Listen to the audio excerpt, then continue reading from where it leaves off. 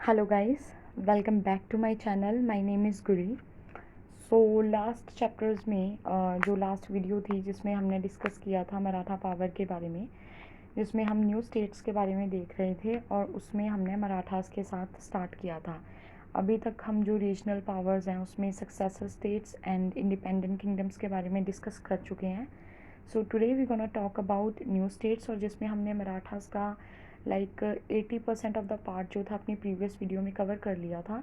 फिर उसमें हमने देखा था कि कैसे जब Shahu ji as a king seat पर आते हैं और बालाजी विश्वनाथ जी थे, इनको पेशवा का जो टाइटल है वो दिया जाता है, तो वहाँ से पेशवा एरा की क्या हो जाती है, शुरुआत हो जाती है। सो इसके बारे में हम पढ़ेंगे। So let's get started, right. So Balaji Vishwanath के बारे में देखते हैं। सबसे पहले जो पीरियड था फ्रॉम 1730, जस्ट अ मोमेंट, जो पीरियड था फ्रॉम 1713 टू 1761, ये ऐसा पीरियड था जब मराठा एम्पायर था उस पर पेशवा लोगों का कंट्रोल था, राइट। किंग भी थे। जो पेशवा था वो is like a head of all Maratha chiefs. सभी मराठाओं चीफ का हेड जो था वो पेशवा होता था। किंग जो था वो एक्ट करता था एज अ प्रेसिडेंट, और पेशवा जो होता था वो एज अ पीएम जो था वो एक्ट करता था, राइट। जो फर्स्ट पेशवा रहे वो थे बालाजी विश्वनाथ, सेकंड पेशवा थे Bajirao one, and third Peshwa थे बालाजी बाजीराव, राइट। सो इनके बारे में हम देखेंगे। सो 1739 में हमने देखा कि शाहू जी जो थे उन्होंने अपॉइंट किया बालाजी विश्वनाथ को एज अ पेशवा। जो बालाजी विश्वनाथ थे, राइट, ये काफ़ी पहली बात तो ये ब्राह्मण थे, और ये पेशवाओं की जो हेरिडिटरी लाइन थी उसमें सबसे पहले पेशवा बने। काफ़ी एबल मिनिस्टर थे। इन्होंने शाहू जी की भी हेल्प की। मैंने बताया था ना, इन्होंने शाहू जी की जो मदर थी उनको छुड़वाने में हेल्प की थी मुग़लों के अंडर से, राइट। क्योंकि मुग़लों ने उनको कैप्चर कर रखा था, तो बालाजी विश्वनाथ ने शाहू जी की उसमें हेल्प की थी। बालाजी विश्वनाथ ने जो सैयद ब्रदर थे उनकी भी हेल्प की थी अगेंस्ट फारुखसियर, ये भी हम स्टडी कर चुके हैं, राइट। सो ये काफ़ी एबल्ड मिनिस्टर थे। ये काफ़ी इनको पता था कि कैसे जो है मराठा एम्पायर को एक्सपैंड करना है, राइट। सो मराठा जो पावर थी उसके बारे में हम बात करेंगे।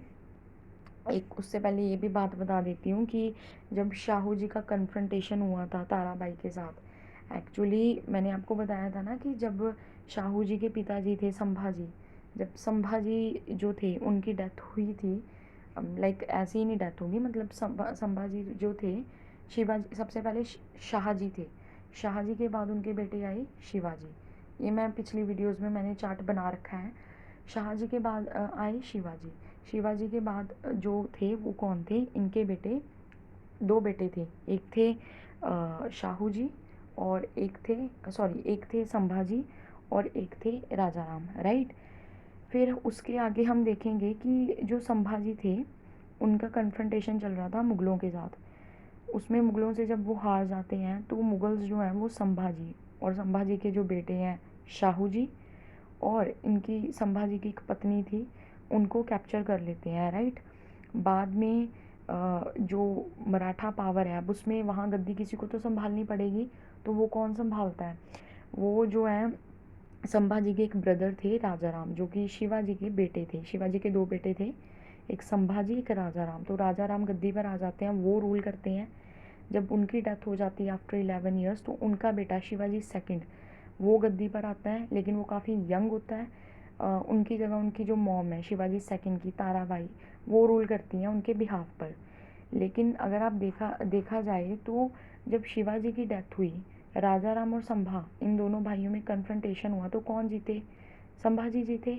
तो संभाजी के बाद कायदे से जो ये गद्दी है मराठास की किसको मिलनी चाहिए, शाहू जी को। लेकिन शाहू जी को तब मुग़लों ने कैप्चर कर रखा था, तो राजा राम आ गए थे। तो राजा राम के मरने के बाद शिवाजी सेकंड थे, उनको गद्दी मिल गई थी।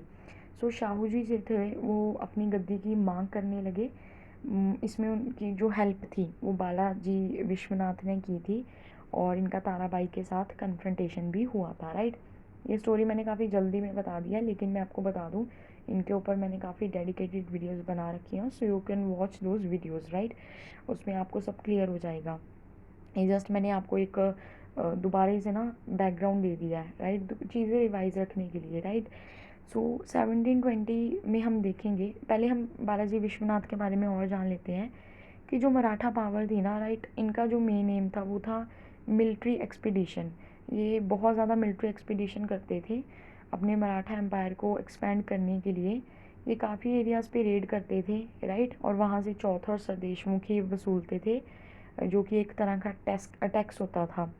जब भी इनको ये चौथे या स्वदेशमुखी नहीं मिलता था तो ये उस जगह को प्लंडर कर देते थे, राइट, लूटपाट करते थे वहाँ पर।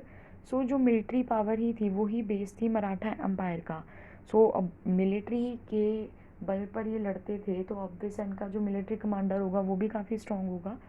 तो जो बालाजी विश्वनाथ थे इनके मिलिट्री कमांडर थे, काफ़ी स्ट्रॉन्ग मिलिट्री कमांडर थे। बाद में इनको पेशवा की पोस्ट जो थी वो मिल गई थी, राइट। सो पेशवा कोई और नहीं बल्कि एक स्ट्रॉन्ग मिलिट्री कमांडर हुआ करता था। सो 1720 में हम देखेंगे कि इनकी डेथ हो जाती है। शाहू जी जो हैं वो इनके जो बेटे होते हैं, मैंने बताया ना पेशवारा स्टार्ट हो गया।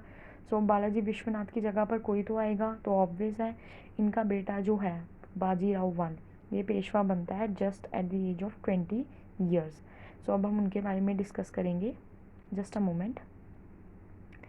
अब हम बात करेंगे बाजीराव वन के बारे में।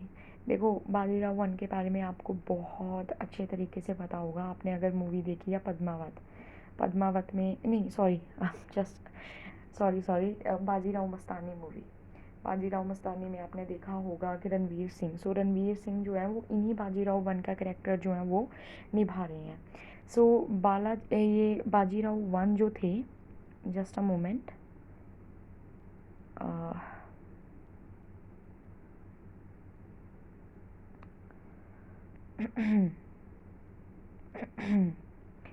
सो बाजीराव वन जो थे ये बालाजी विश्वनाथ के बड़े बेटे थे।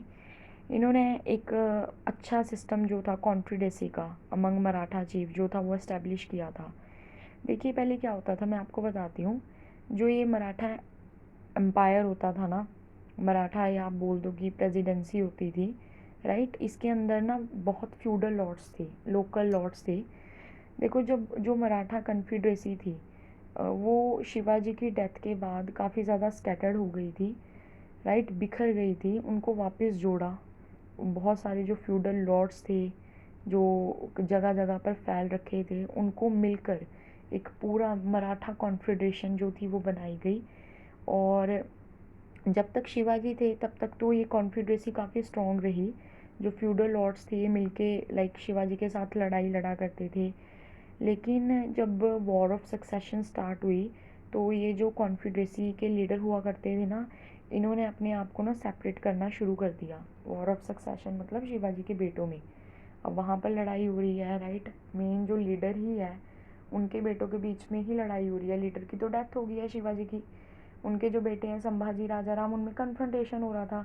तो उस टाइम पे जो ये आपके कॉन्फेडरेसी के जो लॉर्ड्स थे, सो ये लीडर जो थे इन्होंने अपने आप को सेपरेट करना शुरू कर दिया। बट जब बाजीराव वन आए, इन्होंने कॉन्फेडरेसी को दोबारा जो है वो ज्वाइन किया और जो मराठा पावर है उसको दोबारा से स्ट्रॉन्ग किया। सो ये बहुत सारे लीडर्स जो थे ये इन्होंने मिलकर कॉन्फेडरेसी बनाई। लाइक यहाँ पर मैंने इनका नाम रखा है, राइट। सो बहुत सारी मराठा फैमिलीज थी जो काफ़ी प्रोमिनेंट थी in many parts of India, right. So वो कौन कौन से थे? Holkars of Indore, Peshwas of Poona, Bhonsle of Nagpur, Scindias of Gwalior and Gaikwad of Barodas. अब इनके बारे में आप देख लीजिए, मैं आपको एक बार लोकेशन बता देती हूँ। इन्होंने बात किया होलकर्स ऑफ इंदौर, राइट। अब हम देख लेते हैं होलकर इंदौर पेशवा पूना के। अब आप अगर यहाँ ध्यान से देखोगे, यहाँ पर ये आपको लोकेशन दिखेगी इंदौर की, राइट। इंदौर के बारे में हमने देखा, उसके बाद आपने बड़ौदा के बारे में भी देखा, राइट। ये पुणे जो जगह है इसके बारे में भी देखा, राइट। सो ये मैंने कुछ ग्वालियर ये भी देखो। सो ये बड़ौदा, इंदौर, पुणे, ग्वालियर, यहाँ पर आप देखोगे कि ये जो रूलर्स थे ये रूल करते थे, राइट। ये देखिए इंदौर मैंने दिखाया आपको, राइट।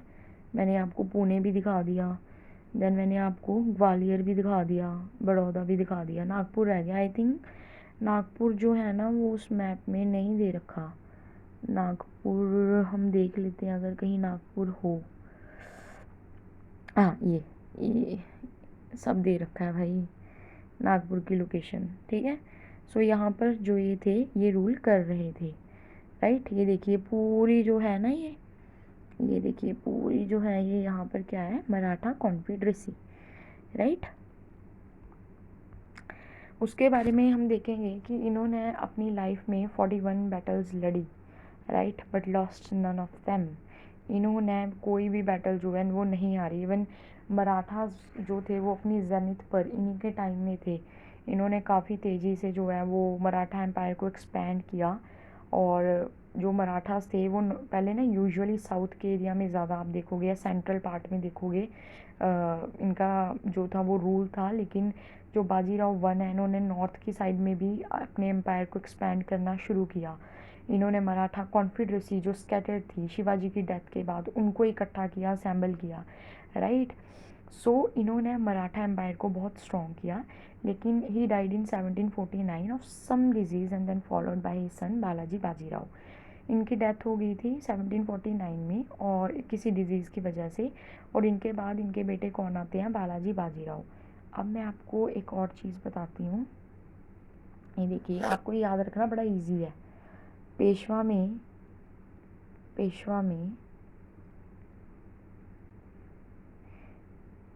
जस्ट अ मोमेंट, मैं पेन सिलेक्ट कर लेती हूँ।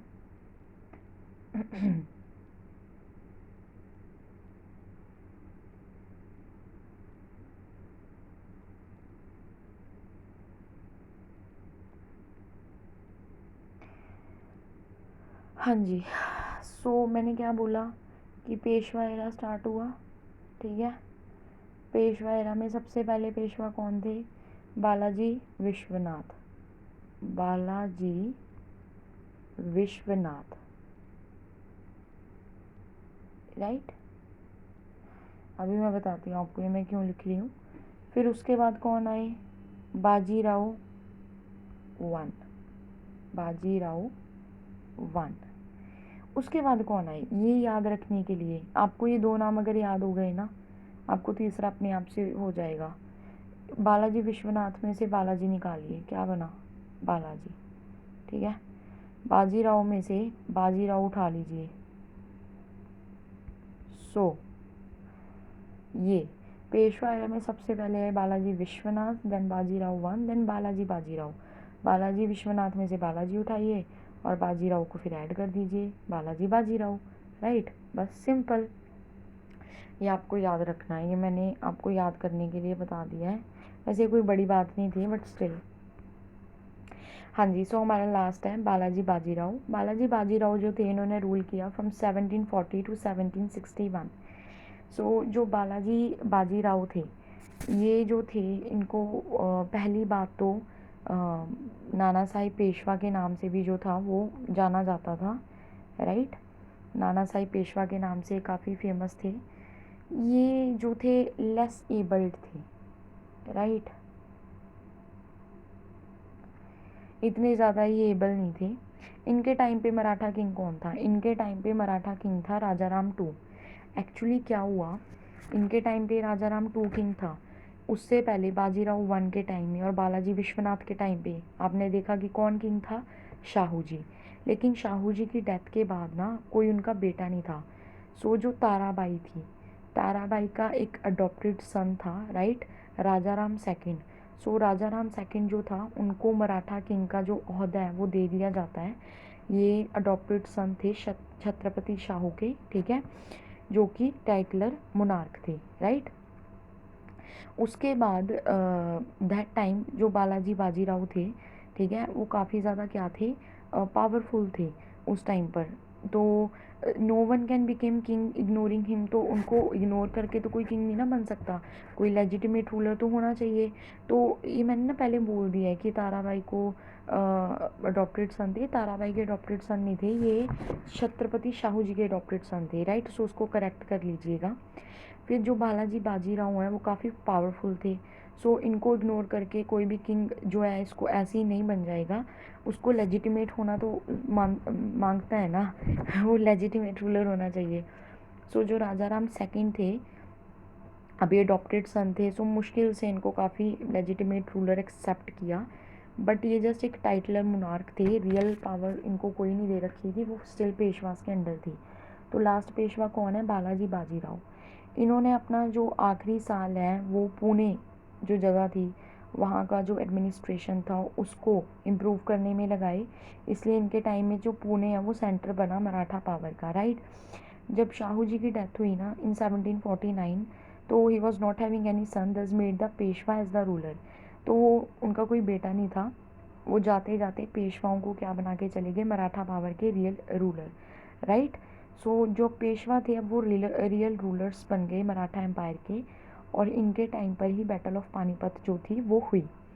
अब देखिए इनके टाइम पे क्या हुआ बैटल ऑफ पानीपत। अब देखो वैसे तो ना ये जो मराठाज हैं इनके बारे में हम मिडीवल इंडिया में भी बहुत अच्छे से देखेंगे, उसमें तो लाइक हम मुग़लों के बारे में भी जो है बहुत डिटेल में पढ़ेंगे, लेकिन यहाँ पर इनके बारे में मुझे एक बैकग्राउंड देना ज़रूरी था। अब मैंने देखो आपको मराठास के बारे में बता दिया, राइट। अब मराठास के बारे में मैंने आपको बताया, राइट, और ख़त्म कहाँ पे किया कि पानीपत की लड़ाई हुई, ये बैटल ऑफ पानीपत, ठीक है। उसके बाद हम देखेंगे कि जो मराठास हैं उनका जो ये एंग्लो मराठा वॉर होती है ब्रिटिशर्स के साथ, उसमें क्या होता है, राइट। सो उसमें जब ये मैं इनकी पेशवाओं की बात करूँगी, शाहू जी संभाजी इनकी बात करूँगी, तो आपको कन्फ्यूजन नहीं होगी कि ये कौन आ गए। अब इनके बारे में ना आपका एक बैकग्राउंड सेट हो गया है, मैंने आपको इन सभी के बारे में पहले ही बता दिया है कि ये कौन कौन थे, राइट। सो हमारा जो मराठास पावर के बारे में है वो डिस्कस हो चुका है। अब इंडिपेंडेंट स्टेट्स में हमारे दो टॉपिक रह गए हैं, वो कौन कौन से हैं? एक सिखों के बारे में, एक जाट्स के बारे में, राइट। सो वो जो हम अपनी नेक्स्ट वीडियोस में कवर अप करेंगे। So guys do like and subscribe to my channel, right. और फिर मिलते हैं हम नेक्स्ट वीडियो में। Thank you so much, good bye, have a nice day.